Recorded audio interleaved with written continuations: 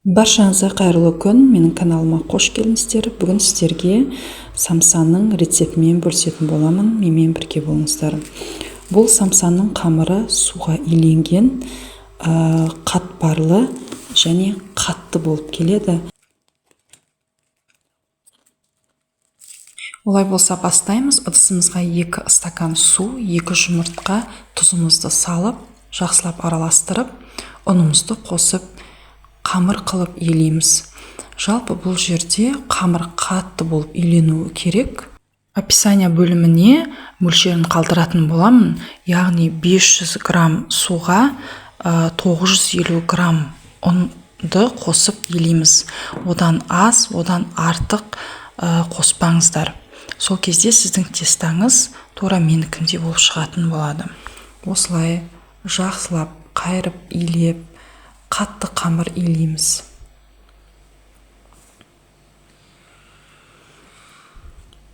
Не қарасаңыздар, ұндарым бірігіп жатыр.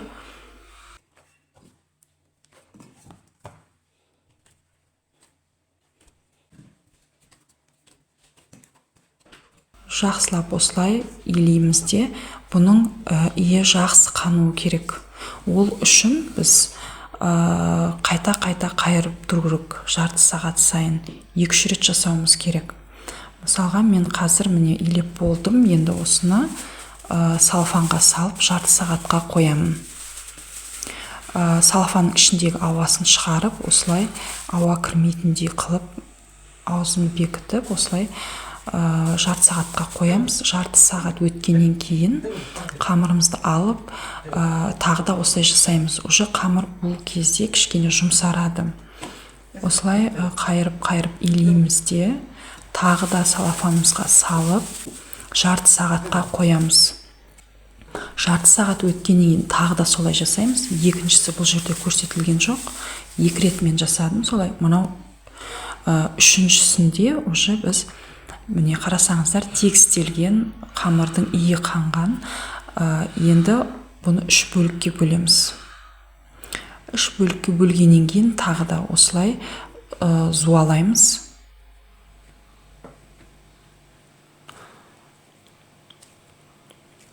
Үшеуінде осылай зуалап, салафанға салып қоямыз. Салафанға өйткені бізге қазір оқтаумен жаюға ыңғайлы болу үшін осылай тағы да жарты сағатқа немесе 15 минутқа қойсақ та болады. Менде 15-20 минут қойдым. Енді жаза берсек болады. Қамырдың иі қанған, тегістеліп, жылтырап тұр. Енді қолымызбен ең бірінші осылай жаямыз. Одан кейін оқтаудың көмегімен жаятын боламыз. Жалпы қамыр қатты болғандықтан кішкене күш салу керек болады жаюға.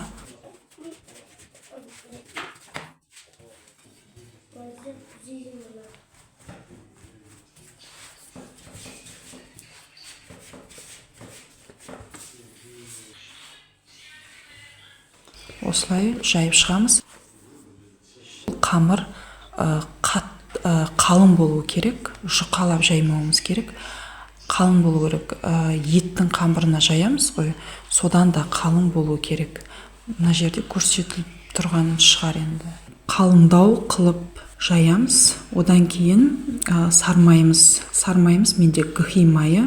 Бұның ссылкасын мен қалдырып кететін боламын, қалай жасау керек екен. Бұл магазиндегі сармайды қайнатып, су кеткен, зиянды қоспалары бөлініп алынған таза сармай.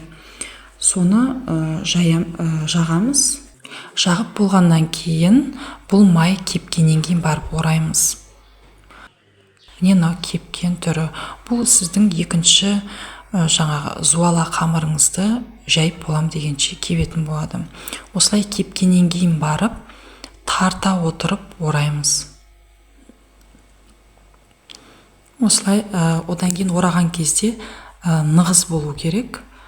Тарта отырып орап шығамыз. Орағаннан кейін мені осылай бір шетке қойып қоямын. Екінші қамырымды май жағып, онда кептіріп барып орайтын боламыз. Кепкеннен кейін барып жаңағы бірінші ораған қамырымызды қойып үстіне тарта отырып тағы ораймыз екінші қамырмен.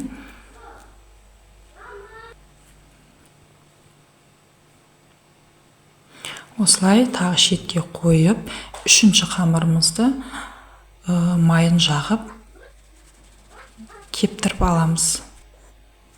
Ол да кепкеннен кейін осылай орап шығамыз барлығын.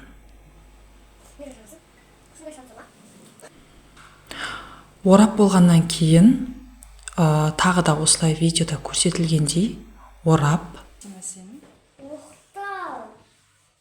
целлофанға салып морозильникке 1 сағатқа жібереміз. Егер де сіздер бұны 2-3 күн қоятын болсаңыздар морозильникке, бұны жібіту үшін холодильникте жібітесіздер. Егер де сразу бөлме температурасына шығаратын болсаңыздар, бұл суланып кетеді, бір-біріне жабысып, жаңағы қатпарлары шықпай қалатын болады. Осылай менде 1 сағат тұрды, міне алып шықтым, енді бөліктерге бөлетін боламыз. Ең шетін осылай мен алып тастаймын, бұны да жасаймыз. Енді осылай бөліктерге бөлеміз. Қарасаңыздар, слойлары өте керемет шыққан. Осылай мен барлығын бөліп шығамын.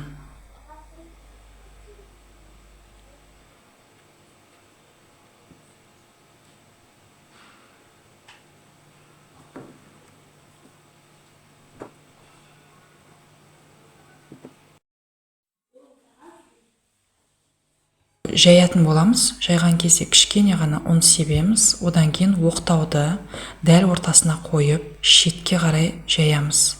Ортасынан шетке қарай тартып жаямыз. Асықпаймыз. Осылай бізге осылай жайсақ, бұл ашылады қатпарлары. Егер де бұлай кәдімгідей оқтаумен жаятын болсақ, ол уже бір-біріне жабысып қалуы мүмкін. Сондықтан осылай шетке тарта отырып жаямыз. Енді бұны екінші бетіне аударамыз. Видеода көрсетілмей қалған артқы жағына саламыз начинканы. Менде начинка асқабақпен. Одан кейін осылай бекітіп шығамыз. Одан кейін жайған кезде жұқалатып жібермеңіздер, қалыңдау болу керек. Міне осылай, барлығын осылай жасап шығатын боламыз.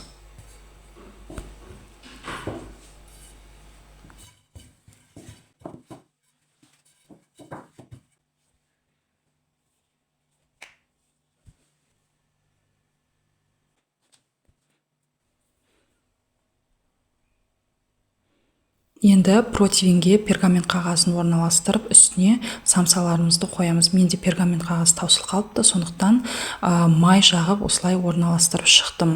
Одан кейін бетіне жұмыртқаның сарысына 2 ас қасық сүт қосып, осылай жағып шығамыз, және кунжутты да осылай жағып шығамын.